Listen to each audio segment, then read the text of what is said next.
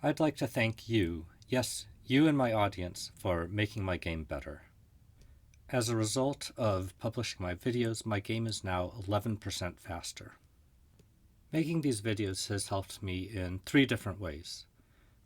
The first and most obvious is through direct feedback that I've gotten through the comments on my video, or sometimes through friends or other channels. My audience is filled with smart people with insightful comments, and that's been really helpful. The second way that videos has helped is through rubber ducking. While I'm preparing the scripts or slides of a video and thinking how I'm going to explain what I'm doing, sometimes I realize that I can do something better or things work a little bit differently than how I was thinking. Particularly in my Parallel 4 video, that led to a significant reduction in latency. And the third way is simply in having motivation. By knowing that people are interested in what I'm doing, it motivates me to work on it and make something better. Before I get into the details about how I made things 11% faster, let me give a bit of context. Steam Revolution is a game about building train routes to transport materials and goods between industries and cities. In my previous 2 videos, I talked about how I built a parallelization library, and then used that to make my game run faster. As a result of feedback and some more thinking, I made some more improvements that I wanted to talk about in this video. I'd like to specifically thank Kanonenwind for their insightful question. In my previous video, I described a couple of cases where I was adding things to a global array from parallel code. Whenever I was modifying those arrays, I would need to get an exclusive lock. Locks are slow, so Kanonenwind suggested that I batch the things that I wanted to add to an array and make a single lock at the end of a parallel thread's work. During that lock, then I could add all of the things that were collected during the execution as a single batch. This was a completely reasonable and smart suggestion. What it did was highlight that how I was handling smoke and cargo loaders was suboptimal. As it turns out, I was already doing something smart for sounds, but I didn't apply that observation to these other things that are kind of similar in nature. I took his suggestion and pushed it farther by realizing that the global arrays were not necessary in the first place, and that there were more opportunities for parallelization as a result. Spurred on by these improvements, I also made some other optimizations. At the end of my last video, it took 17.68 microseconds to run a simulation tick on average. The optimizations I made to smoke in this video reduced that to 16.8 microseconds. And then the optimizations I made to the cargo loaders reduced that again to 15.86 microseconds. Overall, this is an 11.5% improvement. So let's get into the details of the changes I made. As I mentioned, the YouTube comment suggested collecting data into local arrays before batch adding it into a global array. But we can do better than that by entirely removing the global array and only using the train local arrays. The most obvious advantage of this is that we don't need to have an exclusive lock over the global array anymore. However, another benefit is that it's much easier to remove the smoke in parallel now. In my previous video, I had mentioned how it was difficult to remove things from an array in parallel because you're modifying the whole array in some sense. Things are going to have to shift around, and that's just difficult. If you remove an element, then all of the threads that are working on later parts of the array have to somehow take into account that all the elements shifted. However, if each train has its own array, then each thread can process a train independently and not worry about what other threads are doing because they aren't touching that array. The other observation I had is that smoke and sounds are pretty similar to each other in some sense, because they're both things that don't actually directly affect the simulation. They're just things that the player is going to see or hear. As well, the smoke isn't actually modified in the simulation at all. It simply has an initial condition and a time when it needs to end. And the renderer is going to know how to draw it simply based on the current time versus the starting time. Thus, all the simulation needs to do is remove smoke when it has expired. At the fastest simulation speed, one draw happens after 1,000 simulation ticks. In practice, smoke actually only exists for 60 ticks, so we don't get a 1,000-fold speedup, we only get a 60-fold speedup. But that's still pretty good for the amortization. In combination, these changes to the smoke saved a full microsecond. If you've liked the video so far, please let YouTube know by hitting the button. We have a somewhat similar story for cargo loaders. Again, I was storing cargo loaders in a global array, but it's actually better to store them in local arrays on the trains themselves. The same as before, this means that now we don't need to get an exclusive lock to add the cargo loader to an array. We can just add it to the trains array without a lock. We can also remove a bit of data from the cargo loader, because previously I was storing the destination train ID if the loader was taking resources to a train. That's not needed anymore though, because the train contains all of its own cargo loaders, so the train ID is implicit. Similarly to the smoke, it also makes it possible to parallelize the cargo loaders when it wasn't really possible before. Again, each train has an array of cargo loaders to process, and so processing the cargo loaders can be done in a parallel for loop over the trains. In fact, this parallel processing can be done in one of the other parallel loops over the trains that already exists. Specifically, the cargo loaders were created in the weight and cargo load step before. This means that I can then process the cargo loaders in the step afterwards, in which I commit the train's movement. This does potentially change the results of the simulation slightly from how it was before, because previously the cargo loader step was after the industry update, and now I've moved it to before the industry update. But that doesn't mean that the simulation is incorrect, it's just different from how it was before. The important point is that we do need to be careful still about race conditions. In particular, when we add to the resource count of an industry, we need to make sure that that is an atomic increment. In my code, I was already using this count all over the place for the industry updates, so I didn't want to turn that into an atomic variable. It would have been somewhat inconvenient modifying the code all over the place and potentially introducing bugs. So instead, I simply added the volatile attribute to the variable. And when a cargo loader adds to the variable, I do that through an interlocked add. This means that if multiple trains or cargo loaders are adding to an industry at the same time, that it will resolve to the correct total value. We don't need to worry about the fact that industries are consuming resources, because all of the trains will add, then there's a barrier, and then the industries do their processing after that barrier. It's also possible for cargo loaders to add their cargo to a train car, and in that case we don't need to do anything special. It doesn't require an atomic increment because that's adding to the train that is being processed by the cargo loader, and that's all happening within the same thread. Besides those changes, there was another optimization I made to cargo loaders, which I already knew about and I basically just hadn't gotten around to doing it.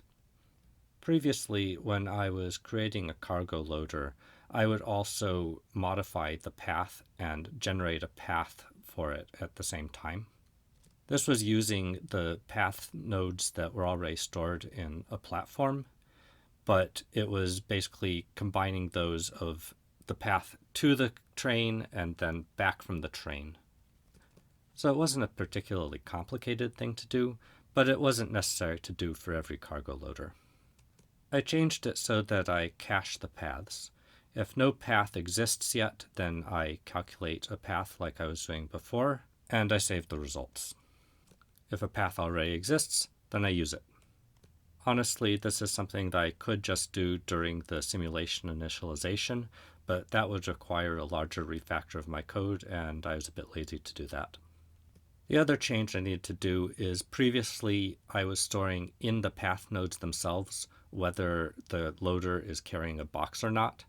And that needs to be different depending on if something is being loaded onto the train or being delivered to an industry. However, this isn't something that actually needs to be stored in the path nodes themselves. It's entirely implicit based on the state of the cargo loader and whether it's delivering something or loading something. So I basically just removed that property from the path so that the same path could be used both for loading and for delivering, and I just needed to modify my rendering code to take it into account.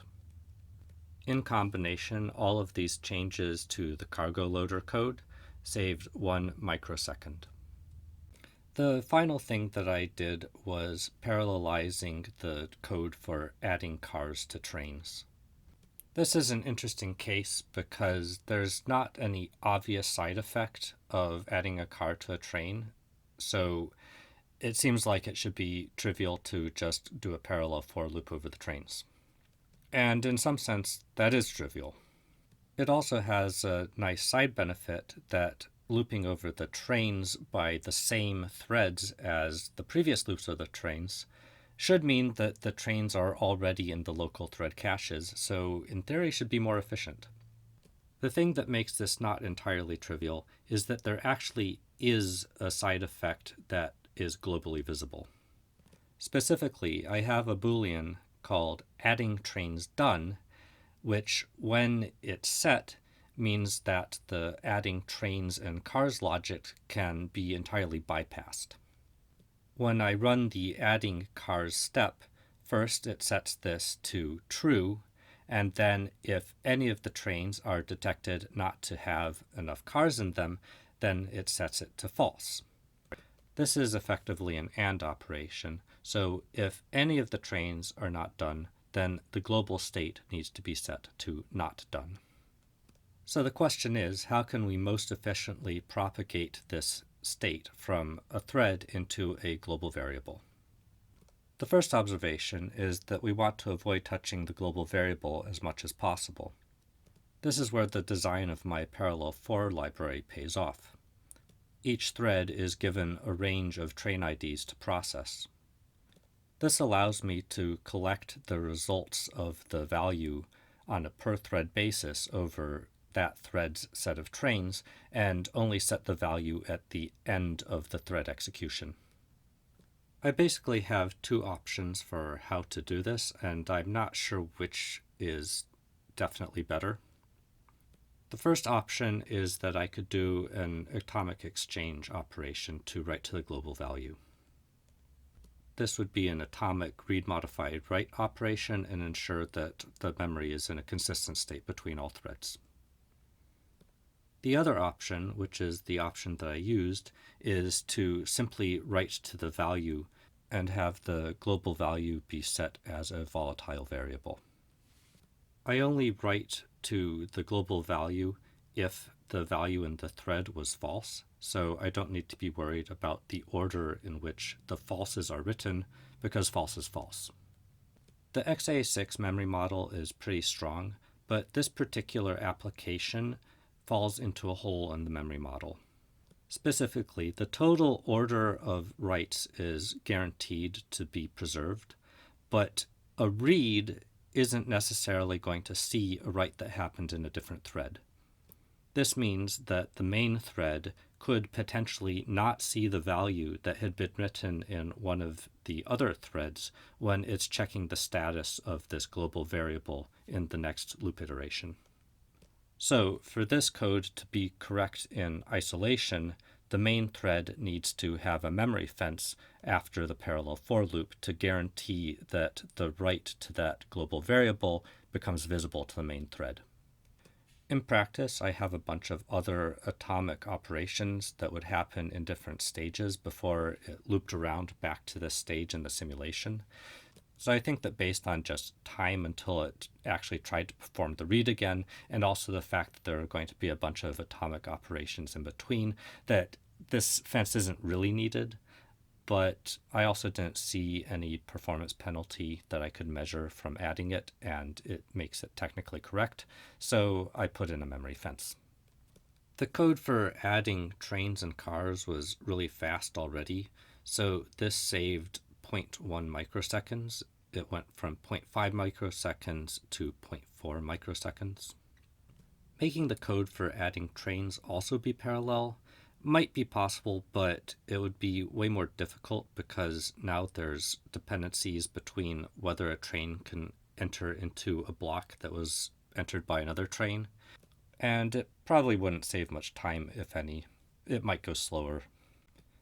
Finally, I'd like to give an honorable mention to some comments I got about my spinlock implementation. Some people mentioned that there are some new instructions that have been added that would be basically perfect for a spinlock. Or rather, I would say that maybe they were made explicitly for this type of situation. These instructions are umwait, umonitor, and tpause. These were added in the Alder Lake architecture, which came into existence in November 2021. So this means that they're not widely supported, and they're actually on a CPU that's way newer than the CPU that I have. I think that there are some equivalents maybe in AMD. I looked up a little bit, and there's something mwaitx that seems like it might also be appropriate, but I couldn't really determine in what architectures that was present. These all seem to be modifications of an instruction called mwait that has been available for a longer period of time.